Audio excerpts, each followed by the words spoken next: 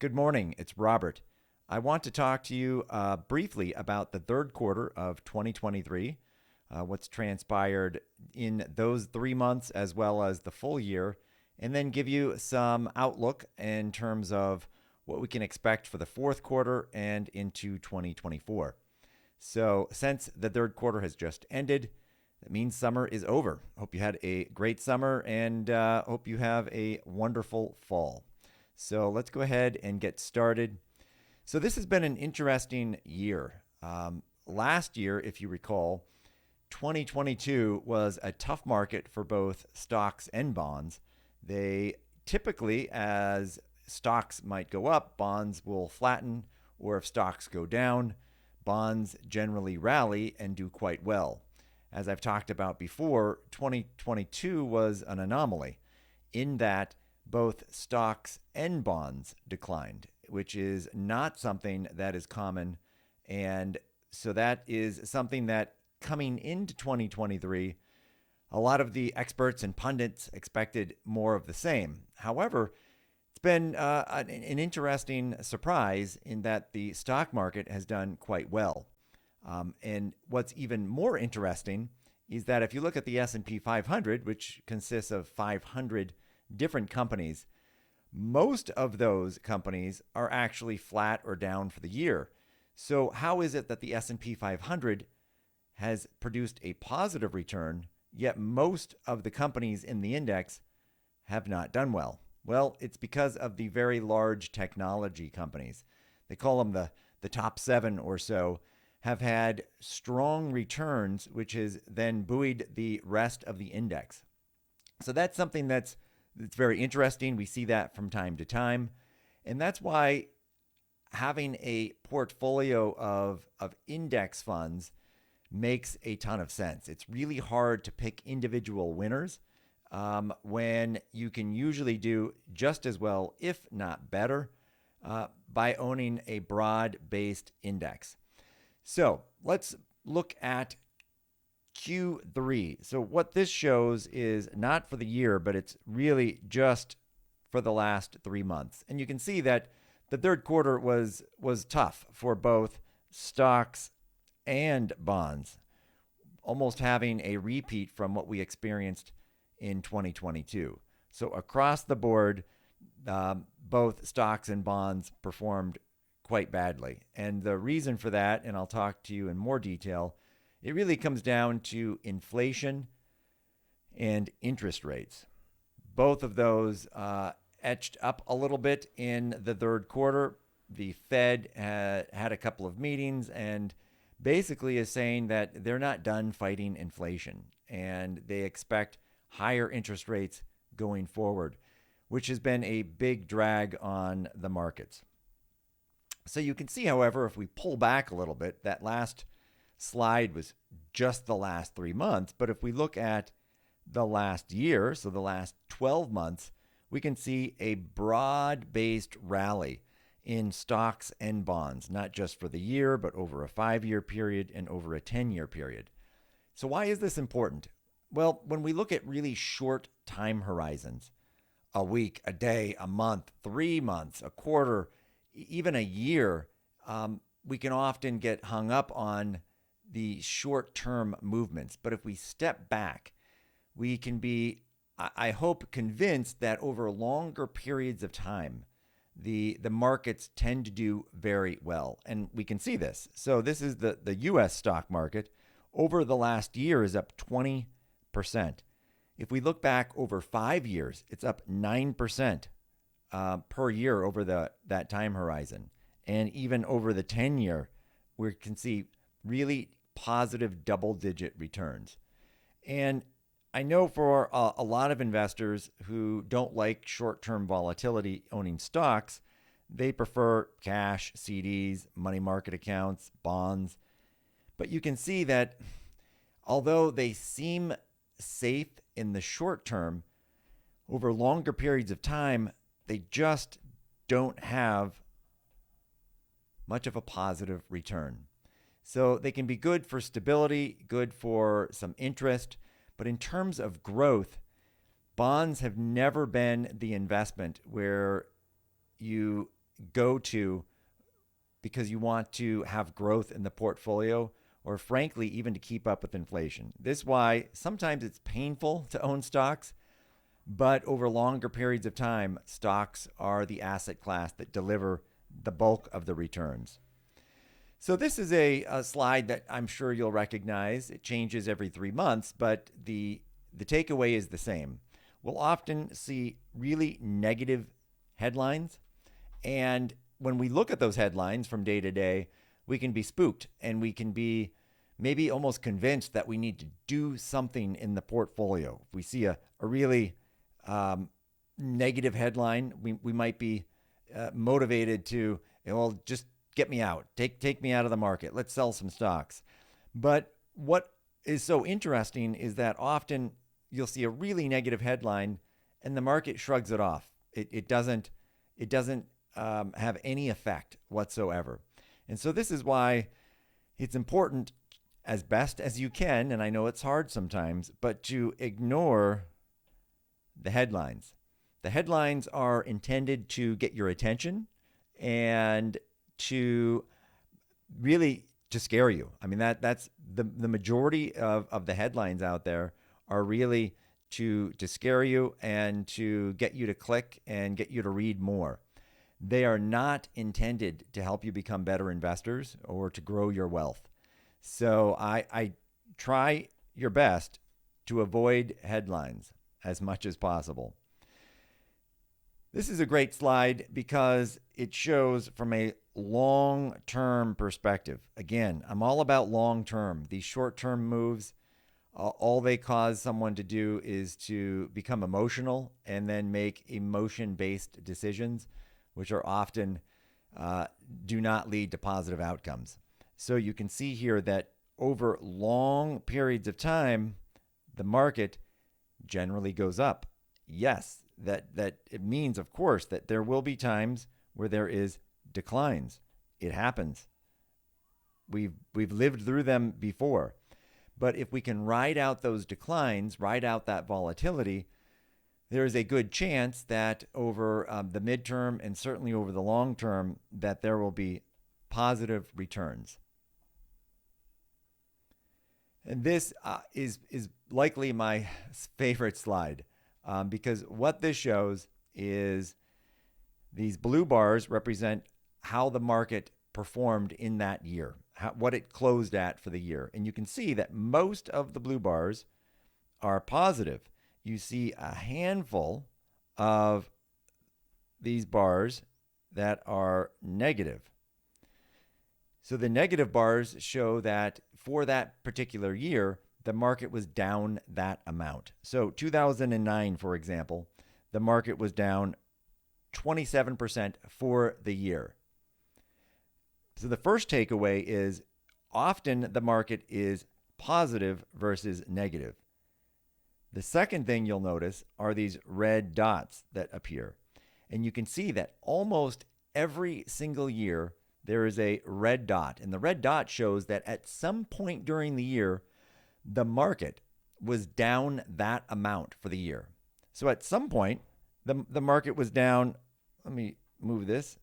In 2009, the market closed down 27%, but at some point, it was down negative 48%. And across the board, you can see these big drawdowns. Look at this. This is my prime example. So this is 2020. Anything interesting happen in 2020? Sure, COVID. And you can see that in March of 2020, the market had dropped. So that the S&P 500 was a negative 34% in March of 2020. But what happened? The market actually closed up 18%. So again, this shows the market's volatile. I mean, there is no sugarcoating it. The market is absolutely volatile. In any given year, there will be a point, most likely, where the market will be negative. But if you can hang on, if you have a diversified portfolio, one that you can live with and also sleep with, chances are you're going to be positive for the year. And this is just another example. So each of these bars represent the number of S&P 500 pullbacks of 5% or more. So the higher the bar in that given year means that there was more pullbacks. So the market had pulled back 5% or more. So look at this, 2008, 24 pullbacks of 5%. The average is about 5. So that means in any given year, on average, the market will drop 5% or more. So 5%, five times in a given year. So last year, for example, it was 12 times. So far, it's only 2 times. So you can see lots of volatility.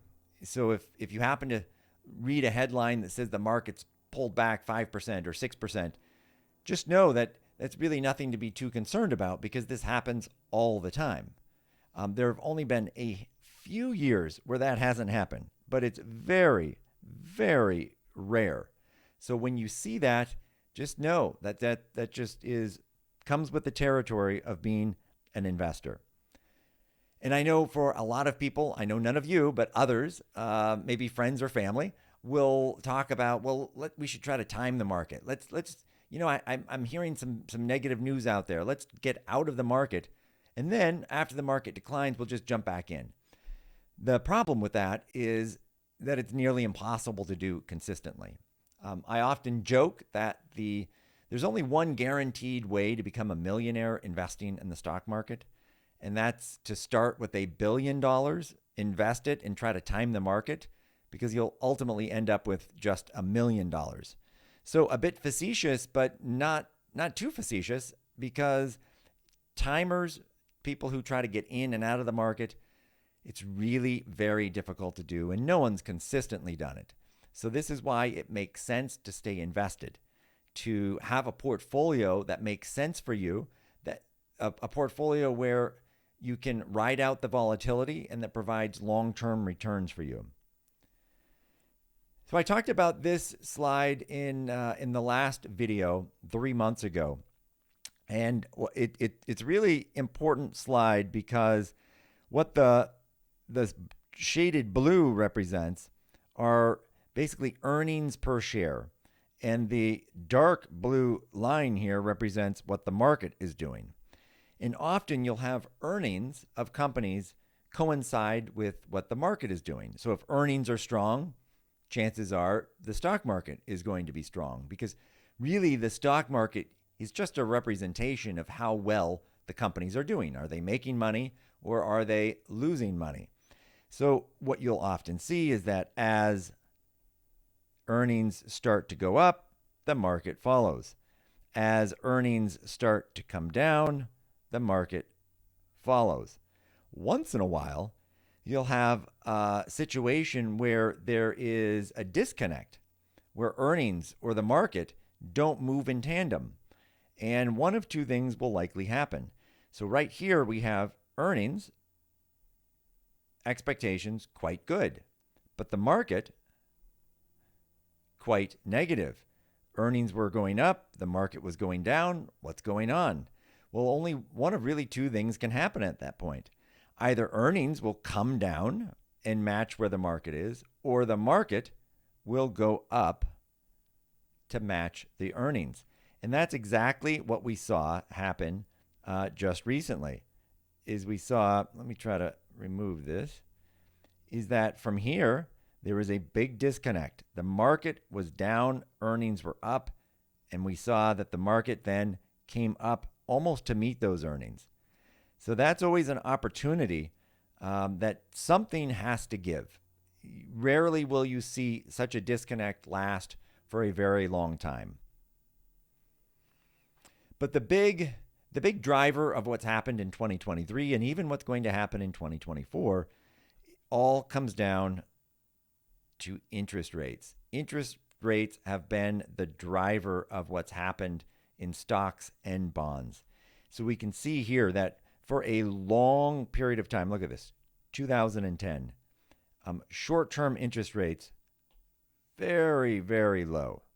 Little spike here, but immediately came back down. And then during COVID, really low interest rates. But then really at the end of 2021, the start and throughout 2022, we had this massive jump in both short term 2 year interest rates and longer term 10-year interest rates. And when you see such a dramatic move in interest rates like this, there will be ramifications. And some of that we experienced last year with bonds not performing well, with stocks not performing well.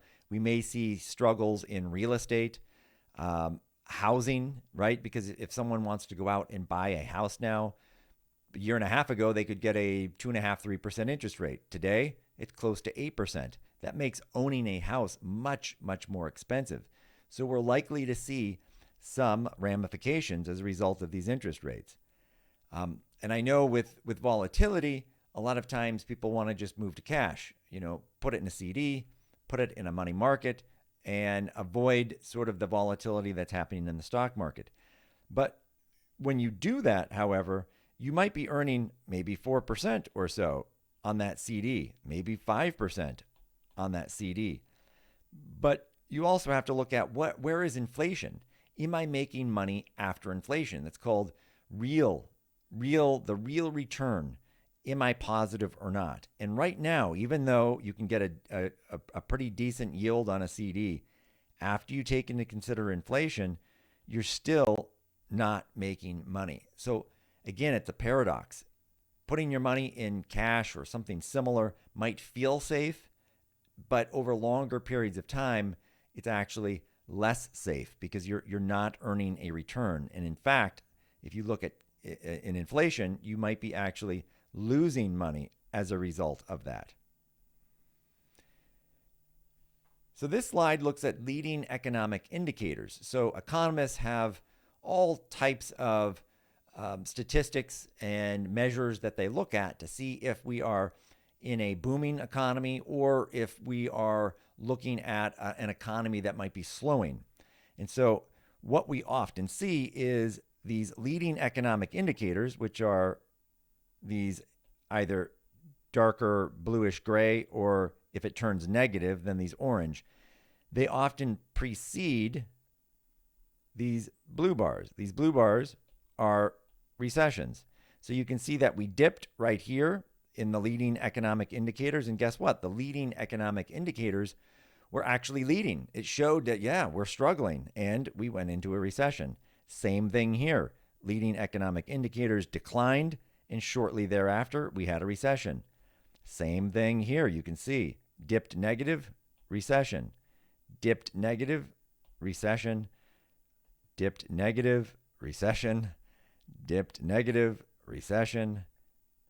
And right now, here is where we are. It's dipped negative.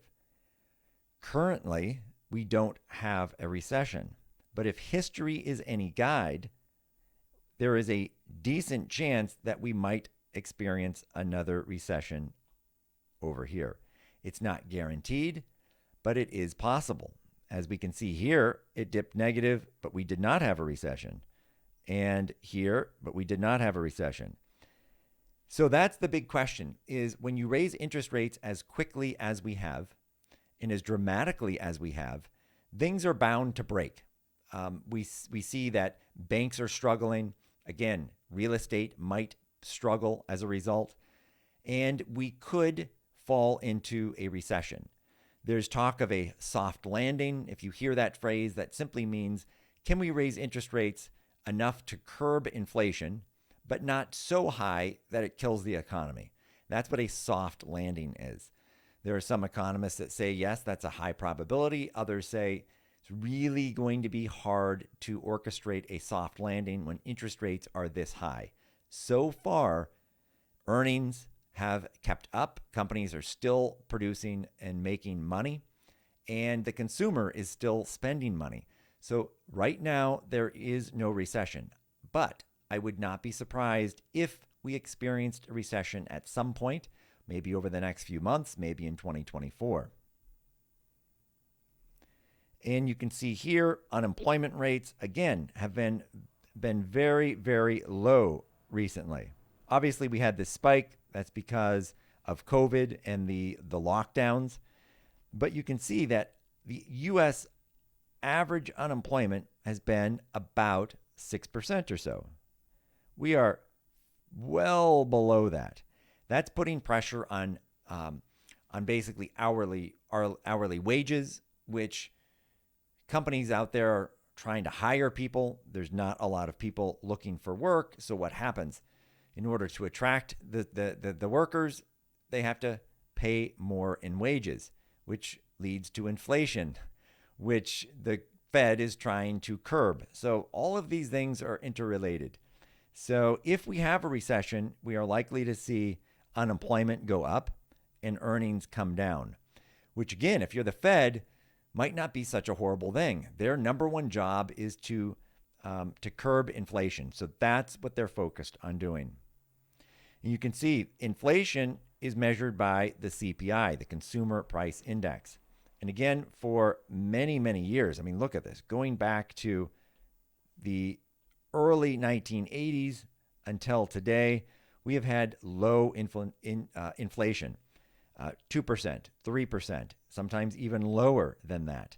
But now we saw this spike in CPI or inflation, but it's starting to come down. That's exactly what the Fed wants to see.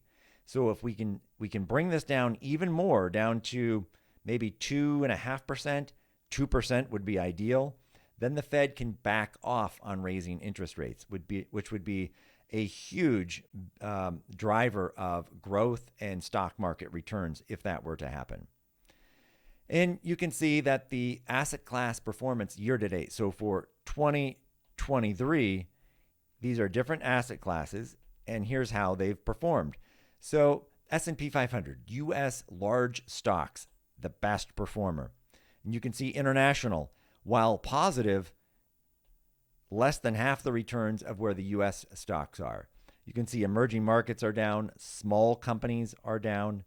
You can see fixed income, another negative year so far, and commodities taking a hit so far this year, which last year was the best performing asset class. So this is why it doesn't make sense to what they call invest looking in the rearview mirror. So always looking at, well, what has performed the best last year? I'm just going to move more into that, because often the best performer one year will lag the performance the following year.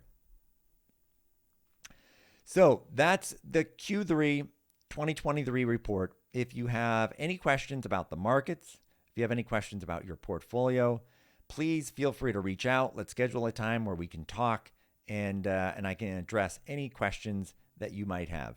Hope you have a great fall.